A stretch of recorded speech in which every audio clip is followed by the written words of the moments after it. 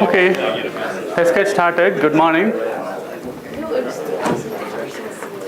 So we'll continue with for today we'll continue with the file system interface, and I'll go through the stuff you need for the next project, the one which uses Fuse, right? So are there any questions about what we covered on the last lecture? So we left off looking at different kinds of directory organization, right? So we looked up single level directories, multiple level directories, or tree level hierarchical directory structure.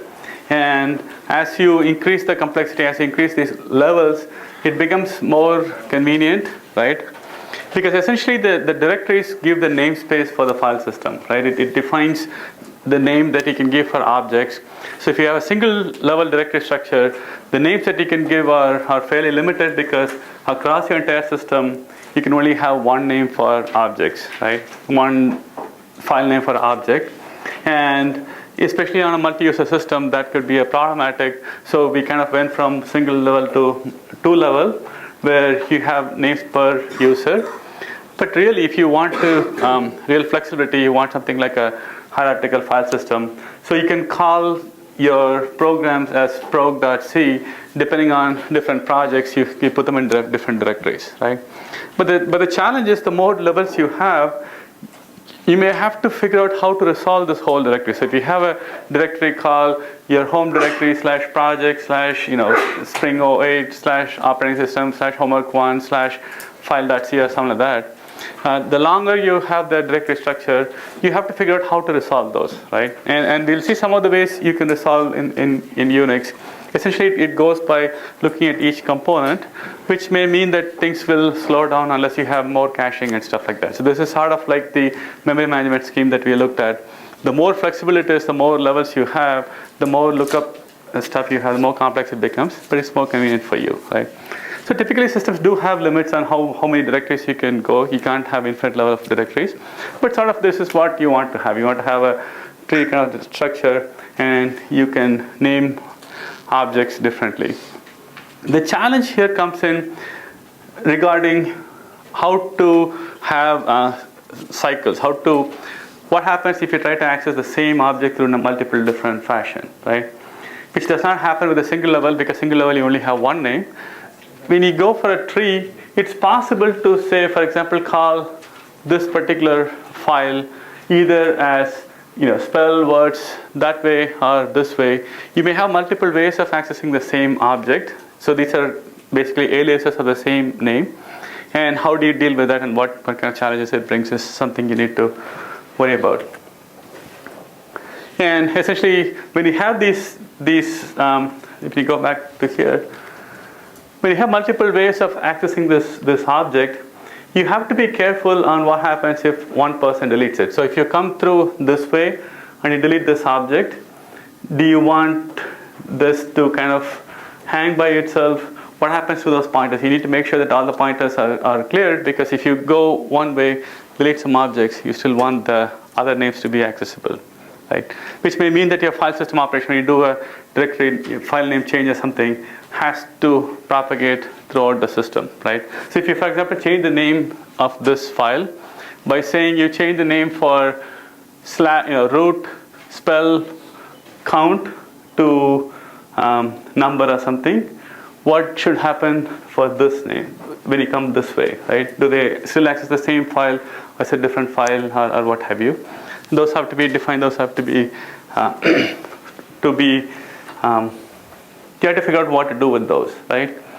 And it's not necessarily clear what exactly should happen. It has to be something that is understood by you and the programmers, so you know precisely what happens, right?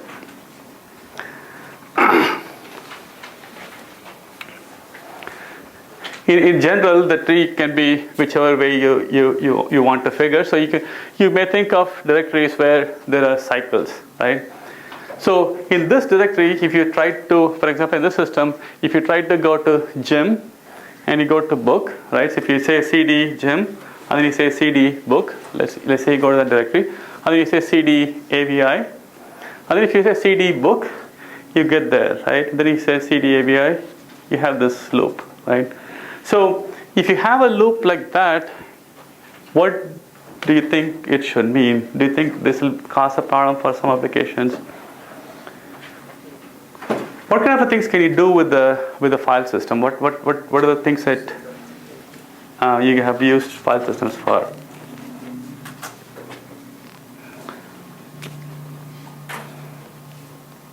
Yes. If you're trying to like search that directory, you might go into like a loop. Yeah. So one of the things that people use file system is to search for contents, right? So if you want to search for stuff, if you want to say search for something, and one way to search for that is to traverse the tree, right? You kind of go through all the files you have, and if you come here, you find a directory called book, and book has a directory called AVI, which has a directory called book, which has a file called AVI, and it keeps going back and forth, right? And eventually you have a loop, and you'll have to fail, right? In the other operation that you tend to do in a file system is backup. How many of you back up your computers and systems, right? So when you do a backup, there are multiple ways you can do a backup. One way is to kind of make a copy of your entire file system with all the pointers and stuff, right? And you may not want to do that because then whatever mistake you have would be backed up.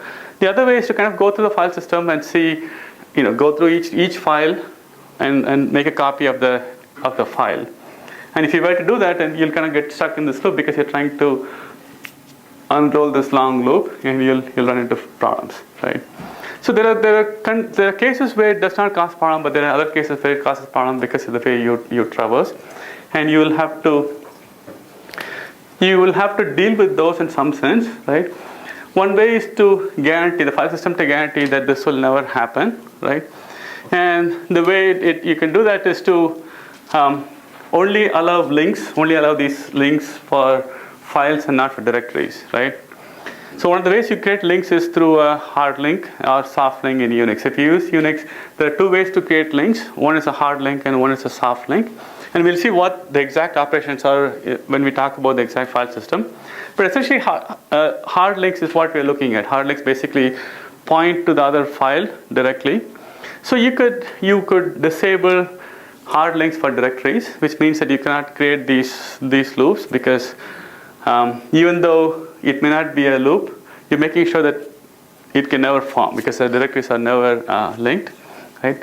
And you can allow things called soft link. We'll see how you implement those in a little bit. So essentially, soft links are basically saying you have a pointer to a file. It's not exactly a link, and you kind of resolve it as you move along. So those ways you can avoid this stuff. So in Unix, you cannot create a link to a file system unless you're a super user. Unless you're a super user, in which case you're assumed to know what you're doing.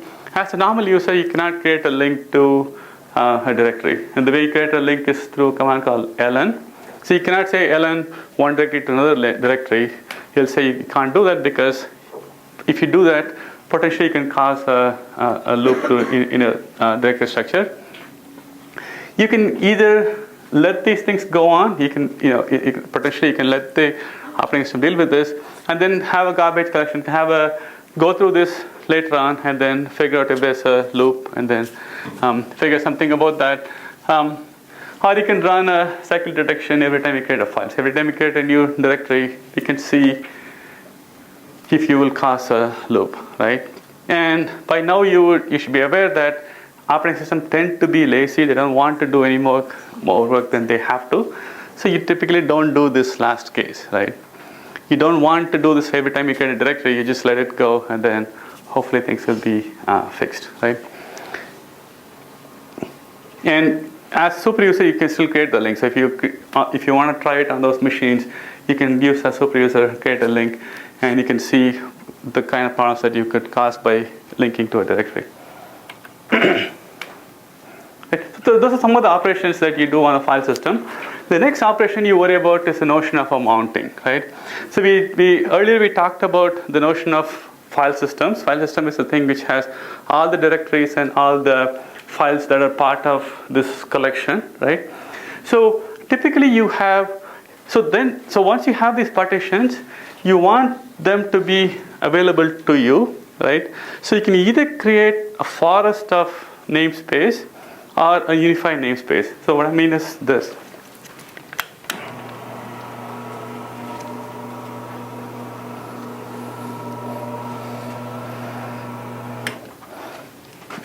Like I said, the directories are essentially a namespace, which means that suppose you have one partition here, which has a set of directories and files, right?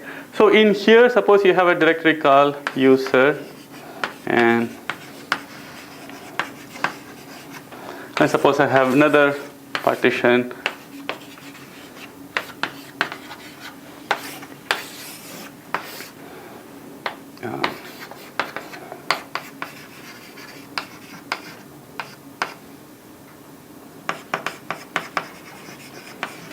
Let's say you have 3 different partitions, right?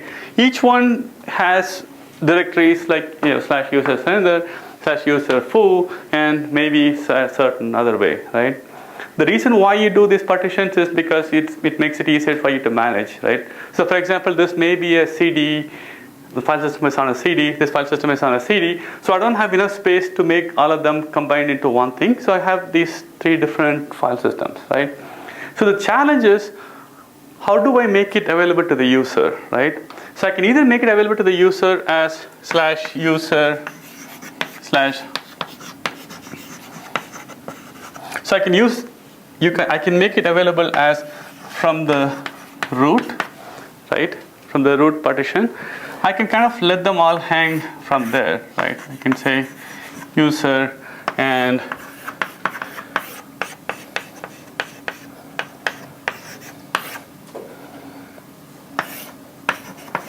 so you'll have a problem here, right? So in this notion, I just put all the namespace available to the root tree, right? So I can kind of resolve this and say both these kind of go into here and foo, right?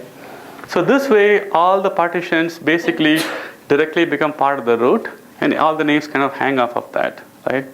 Another way to do that is to explicitly do an operation called mount, where you take whatever the namespace here and glue it into where you want it, right? So in that model, you would say from root, let's say I have a thing called mount, and from there I create user, I create etc, right?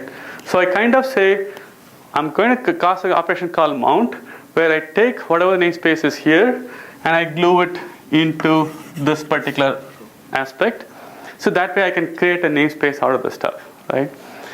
So can you think of a case where the namespace is automatically grafted and you don't really have a control over where things happen? So if you have different file systems, they kind of become part of the namespace. They hang out as trees, not as part of, they hang out as forest of trees, right?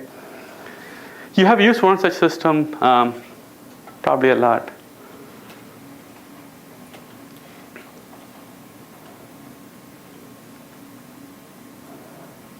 Have you explicitly used a file system?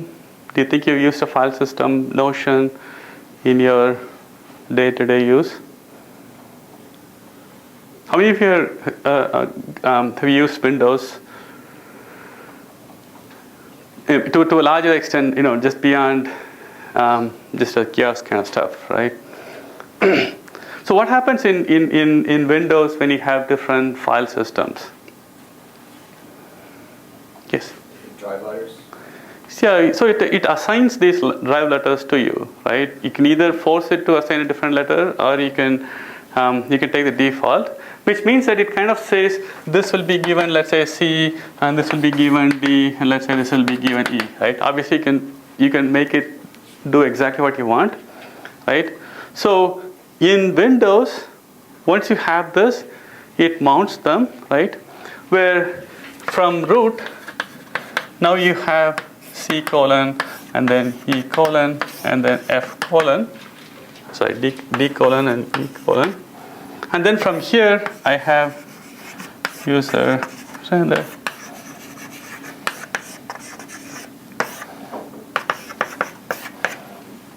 This is how you do in Windows, right? Whenever you have a new file system, it automatically assigns you something. So now you become what I call a forest, right? So if you consider this to be a tree, this to be a tree, this to be a tree, now you have a forest of these trees, right? You have this tree, this tree, this tree, a whole collection of those, right? So that's one way to connect these things. The other way to connect them is to explicitly say how you want them.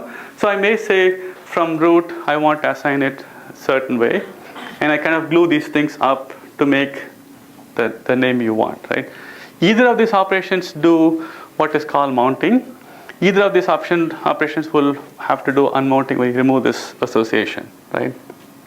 Which one do you prefer? What's the advantage of this approach? Let's say the DOS approach. I'm sure most of you use this, right? This structure, and most of you have used the other one too. What's the advantage of this one?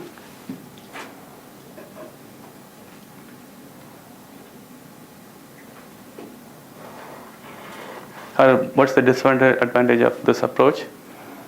When you use this approach, did something bother you, or when you use other approach, did something bother you?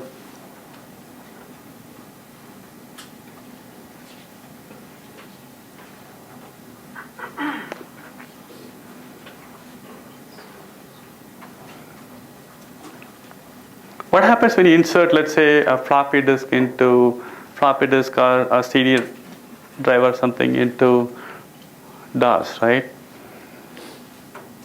What typically happens?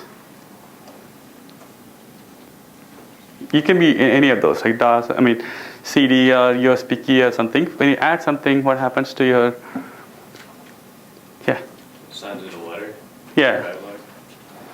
So what would happen if you do that with the other model? That's a Unix model, right?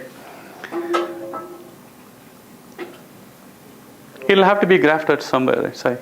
Oh, it'll prompt you? It'll prompt you. Let's assume that it doesn't prompt you and it does something automatically, right? Where would it mount it? It can ask you, right? It can either ask you or it can do it by itself.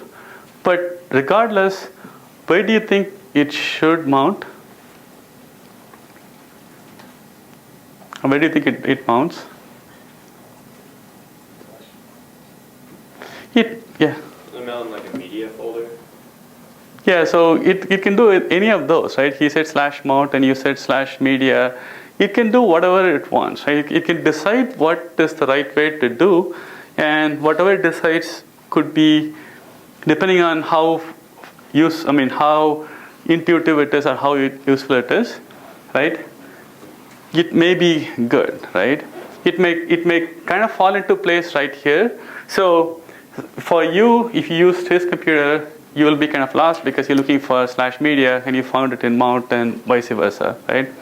So each one has its goodness and badness, right? So with this model, existing mount point can be replaced, right? So you could have had /media now has /media /USB key, or it can be attached to something which already exists, right? So which may be a good thing or maybe a bad thing, right? And depending on what you're trying to do, I find this annoying because I'm used to that one, and if you use that one, you find this annoying, right? So in this case, these kind of like add all the stuff. They don't kind of integrate well, right? So regardless, those are the two kinds of stuff that people typically use, and that's the notion of a mount. You're trying to glue these things together, right? The challenge with this is how do you make it such that it's uniformly true throughout all the machines? If you go to a different machine, how do you make it such that you can understand where things are? And the system administrator has to is tasked with doing the job, right? They have to make sure that the directories are linked to the proper point, right? And whereas here it all goes into this directories, and it's up to you to figure out where things are, right? Of course, Windows can do the mount too, right? In Windows, you have this exact same mount operator, so you could do that kind of operation on Windows too. But many of us may not use those operations, right? Windows also, you don't have to use the C and the colon, right? You can actually use the root directory, but by default, they tend to do this kind of stuff. So that's the notion of mounting, right? So essentially, you connect these things up into um, a larger namespace. And once you do this mounting, you have all the mounted partitions, their namespace become part of the namespace for you to use. So once it's mounted, you can open the file or read the file and all those things. If it's not mounted, you don't have access to those stuff. So even if you have a partition, a file system, if it's not mounted, it's not available to you because it's not part of your namespace. If it's not part of your namespace, you can't do operations like open because open needs a name and name is not yet mounted, right? And here is the sort of graphical view of how you do this.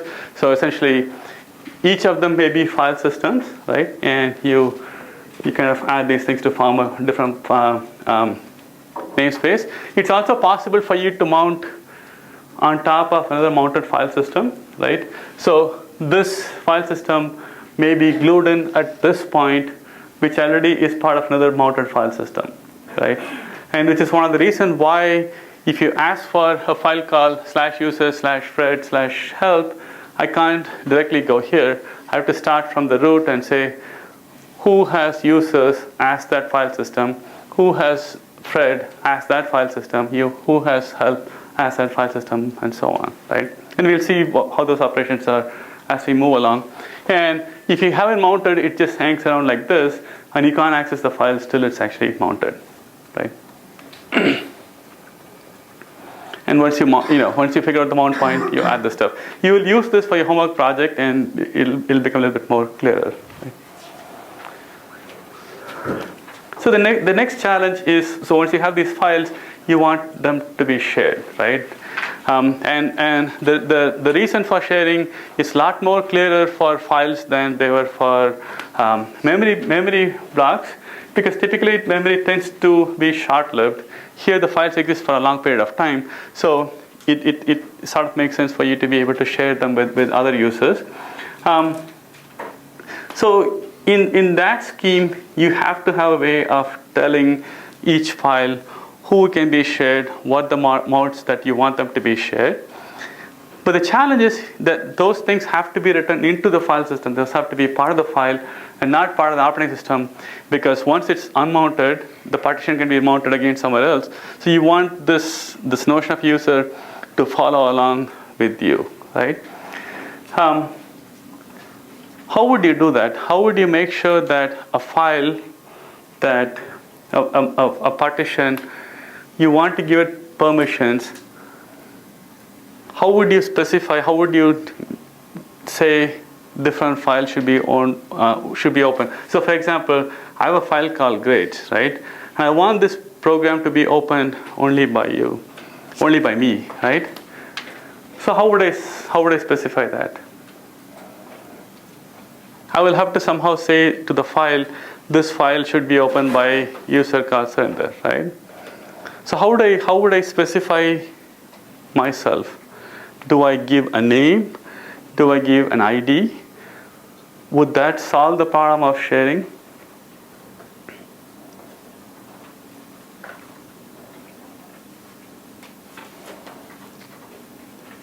Let's assume two kinds of sharing. One is sharing where you and I are logged into the same machine, so we have access to the same partition, and we want to share, right?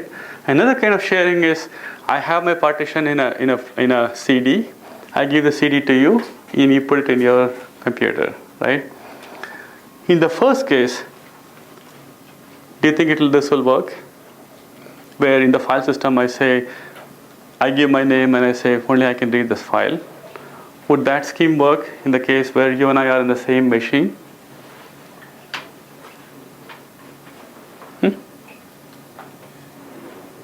It'll work, right? Because we are in the same machine, so we have the same notion of user and stuff. What happens in the other case where I create this CD in my laptop, right? And I give myself some name, and I give the CD to you. What will happen? What should happen?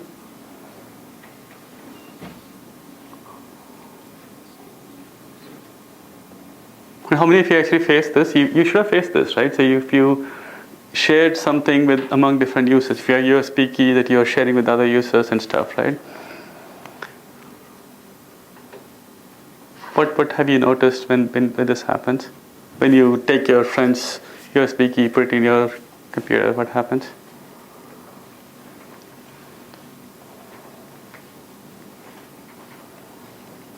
How many of you tried that? USB key or CD key or CD or floppies or whatever, right?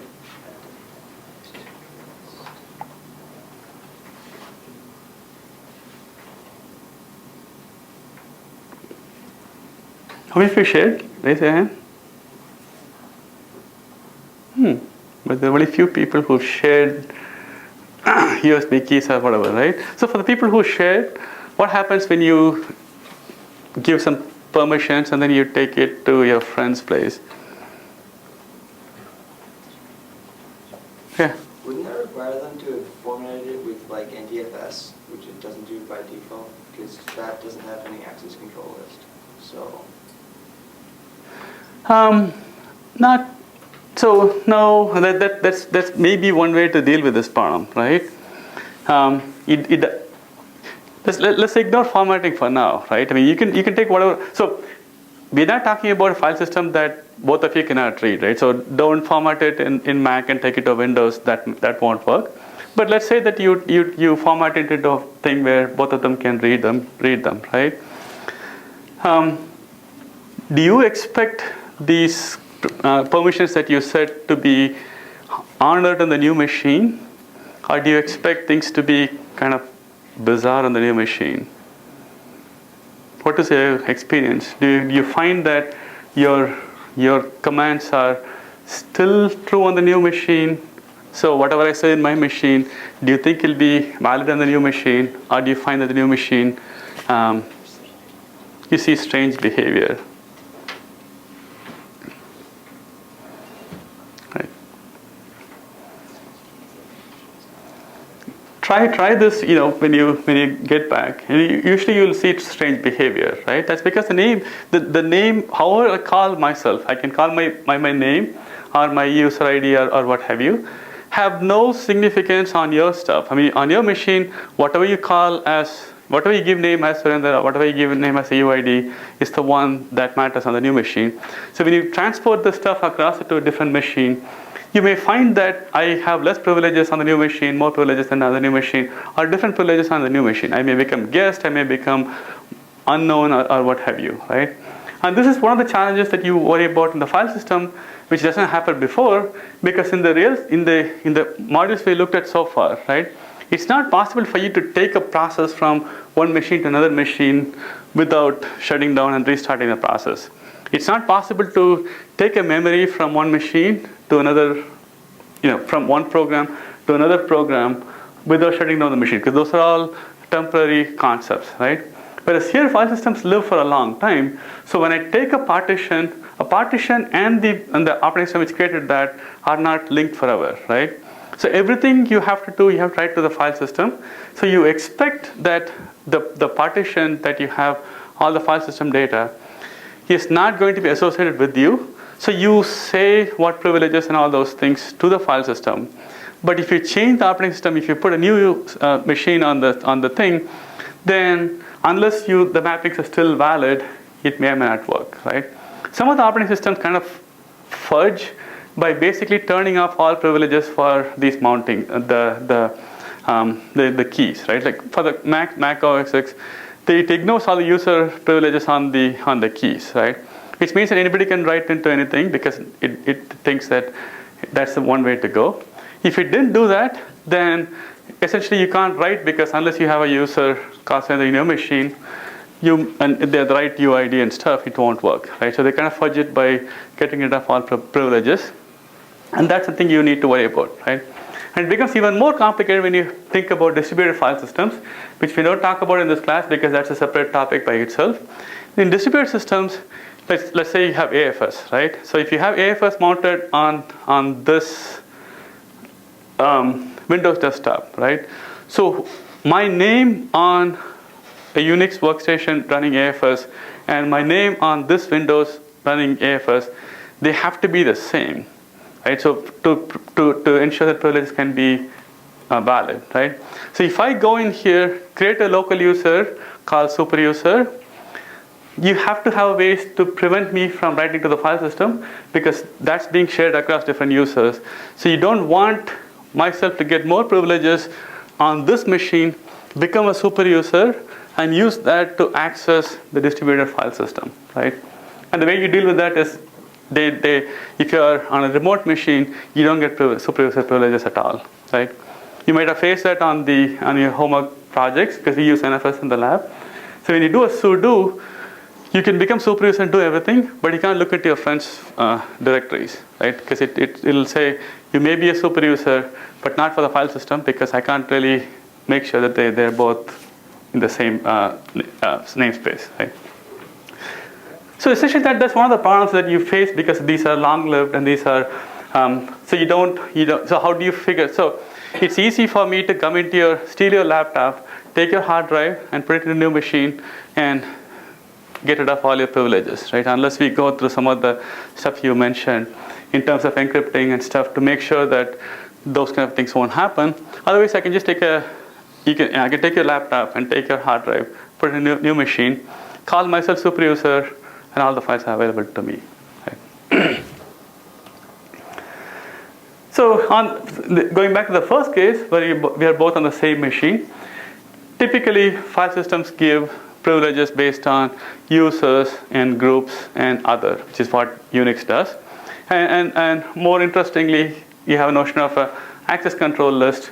We'll see that in the next module, where you can say not just I want to give privileges to myself, my TAs, and people from this class, but I can also say for you and you, I want to give special privileges. So I can say specifically for different users, much more complicated fashion than saying user group or other notion, right?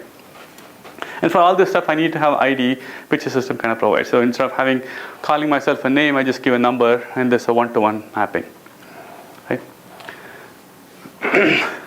So the last stuff is the notion of a consistency semantics, and I'm going to. So the notion of consistency semantics is very similar to the notion of sharing that we talked about in memory, except things get a little bit more complicated when we talk about distributed systems, right? So the idea is this.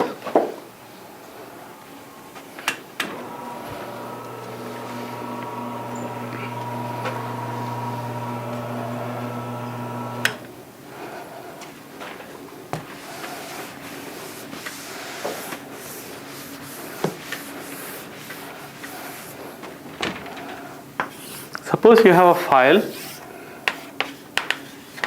and two processes are operating on it, process 1 and process 2, right? They're both operating on this, right? And suppose this is doing read and this is doing write, right? Consistency means that you have to be able to figure out what exactly would happen if these two start operating on the file, right? So what happens if in time order, let's say write happens and then read and then write, right? And let's call it process 2 did a write, process did read 1, and process 2 did a write, right? So we have to be able to say what would this see, and this see, right? Obviously, if they're reading, if this write happened here, and this read happens here, this write happens here, and they're further apart, then you may be okay, right? So it becomes interesting if they're operating on the same data. So suppose you're modifying on the same data, what should happen, right? What do you think should happen if you do this? And let's call this location A, right? Should the variable stored at location A, should it go from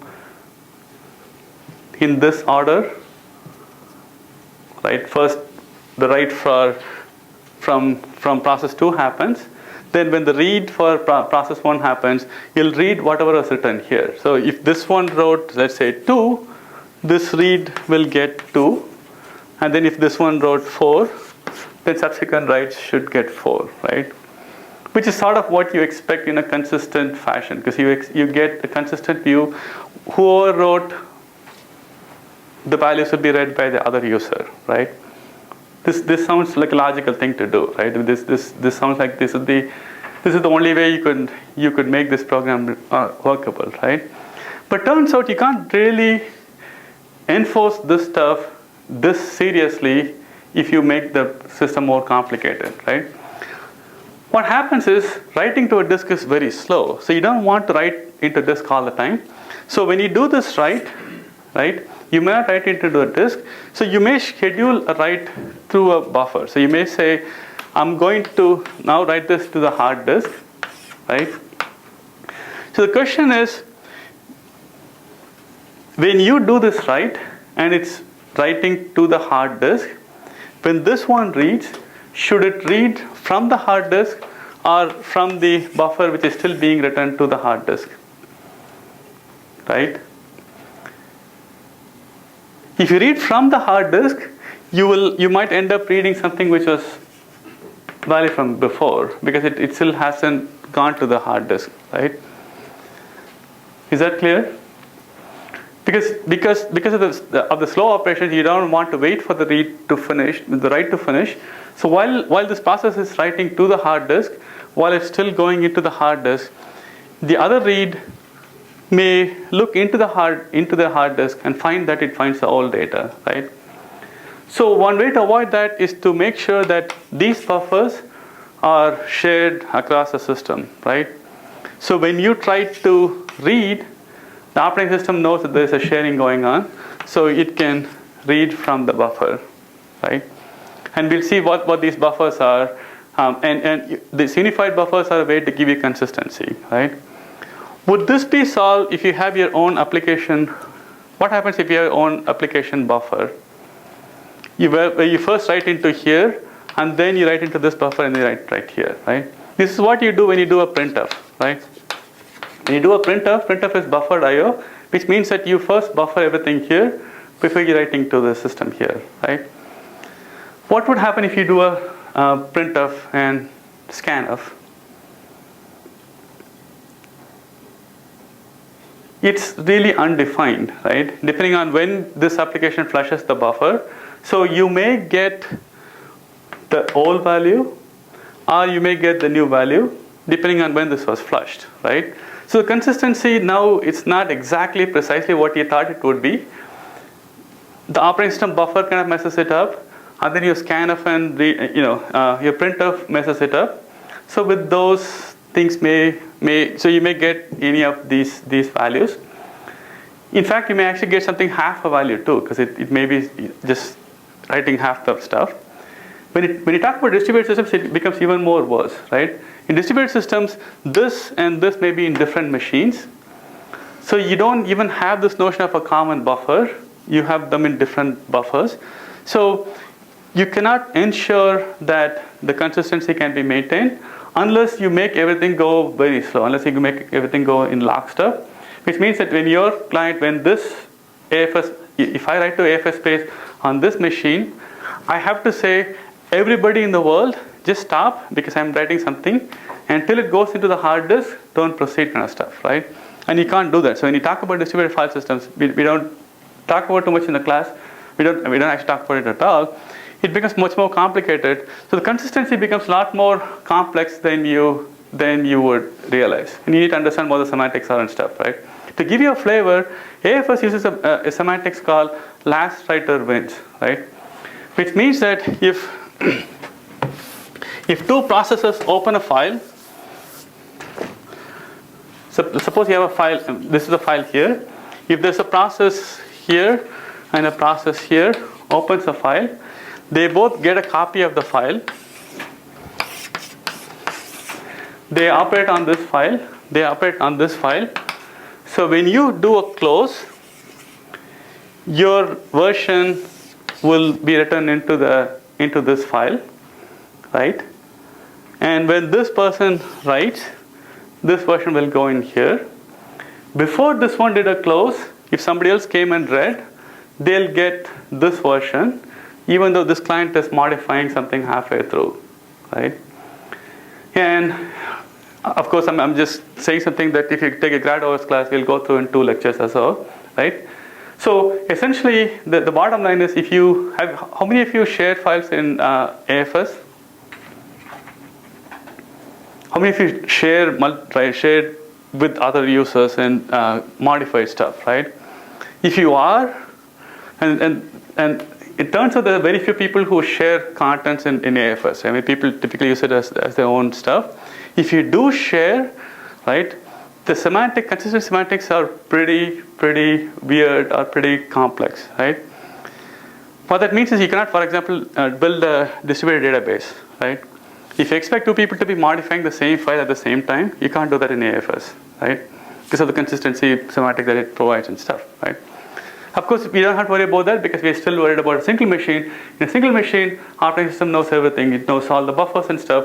So as long as you don't keep it in your application, as long as you don't do a printf, if you do a write or read, then we can deal with that. We can create a unified buffer, and we can manage those stuff, right?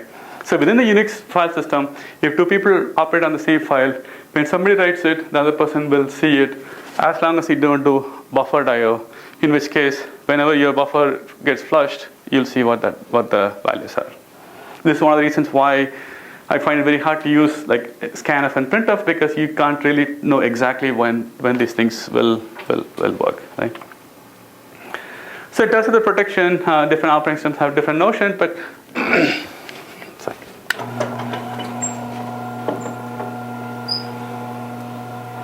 So you have the notion of read, write, execute, append, delete, and list, and all those things. So you can have these different writes to different files, and if you use different operating systems, they give you different ways of controlling how other people can access your files, right? And essentially, in the simple Unix model, you have the notion of a owner, group, and public access. So you set them using the RWX bits, read, write, execute. For directories, execute is considered to be search. So if you can say whatever privileges you want for yourself, for the group, or for the others, and the system will enforce only those, right? So if I give privileges for the group to read, meaning all the people in the classroom, then we can all read, and so on, right? Is that sort of clear? Right. So now I want to give a little bit sense of the project, right? The project will actually build a file system, right, using a tool called Fuse, right? And Fuse is a pretty exciting tool. You can do a lot of neat stuff, right? Once you figure out what this does, because if you look in the web, there are a whole lot of things that people do with Fuse. It's a very powerful tool. It's a very simple tool, but you have to understand sort of what it does, right? So what it does is, when you have a file system, existing file system, ignore this yellow part, right? What you want to do is you want to create a file system, right? And like I said before, file system is no use unless you kind of mount it into the namespace. So you have to mount it into your namespace. The nice thing about what Fuse does is, let's say I create a directory into a home directory called homework project 4. I want to create this file system right here, right? So I need to mount this file system into this space. I haven't even created the file system, right? So I'm going to write a program which will create this file system, right? And essentially what Fuse does is it allows me to mount it at this point, and after that, any operations you do on this namespace will be given to my program, right? So what you do is, the tool that you do is, let's say I call my program as program 4. If I run the program as program 4 and I give this directory, right, which says that if I'm going to create a file system called home Surendar homework project 4, right, and this is the file system that it's going to be. You as operating system, if anyone tries to do anything in this namespace, they try to open a file, create a directory, do anything, right, you tell me, right? And I'll show you how that tell me part works. But essentially what happens is, whatever you do in this application, if you do the right thing, it will behave like a file system to the rest of the system, right? To give you a sense of how cool that is, or how confusing that can be, let's look at a file system which will So we're going to create a synthetic file system. It does not exist. What it's going to do is it's going to look like you're creating a file system which has one file called hello world, right? And that hello world program, if you open and read it, you'll always return the string hello world, right? So you're going to get a file system where the only file in that is hello world, hello, and if you open the file, you'll always print hello, right? So you have to first tell the operating system, I'm going to create this hello world file system. So anytime somebody accesses it, give me control, right? So on a typical file system, remember, you can do two things. You can either do a directory operation or a file operation. You have to be able to answer all the directory operations that people may ask, right? So some of the operations, this is the example program from the Fuse distribution. One of the operations that people can do is ask for attributes. They can say, I want to know more about this file called hello, right? So they can give you the attributes, and in a real file system, in your program, you will ask your own directory to figure out what the attributes are. You can give attributes such as name and file size and all those things, right? So here, this is a fake file system. So we're going to just fake something exists, right? So what it's going to do is, so you have to implement this function called get attribute. We'll see how it's added at the end of the section. So the get attributes takes two arguments. One is the path, and another one is the how you return the attributes. You return the attributes in a certain fashion, right? So what you're doing is you're returning the attributes in the buffer. So you first make it 0, and then you say if the user asks for slash, right? I just say that's a directory, right? So if you ask in this directory and look for slash, I'll say it's a directory. So basically saying I'm returning something. You can just copy these things, right? The flags, but essentially it says you have a directory, right? Even though there is no directory, this is something that you created. You're going to answer back to the system saying if anybody looks at ask for slash, if they do ls of slash in this file system, it'll look like a directory, right? And it has two links. If you ask for a file called hello, search for the thing. So if you ask for slash hello in my namespace, right? I'm going to pretend like the file exists. So I'm going to set the structures to make it look like the file exists. So your program, if you can do whatever kind of application. You can look at Unix, you can look at the Finder or whichever way you look at it. In your program, it'll look like there's a file called hello. If you ask for the file hello, it'll give you some attributes, right? So if you change this stuff, this says this is a regular file. If you change this to directory, then it'll look like a directory, right? So you can do whatever you want at this point. And then you're saying, if it is not those, I'm going to return no entry, right? So if you ask for slash world, it'll say does not exist, right? So this is a way for your program to interact with the file system. So once you mount this, it'll look like a file system, and your program, you'll implement the directories and all those things, but you have to essentially interact with the file system through this mechanism, right? So here's another one. If you do a read dir is like when you do a ls on the directory, you want to see what the files are. You can, it's on the next page.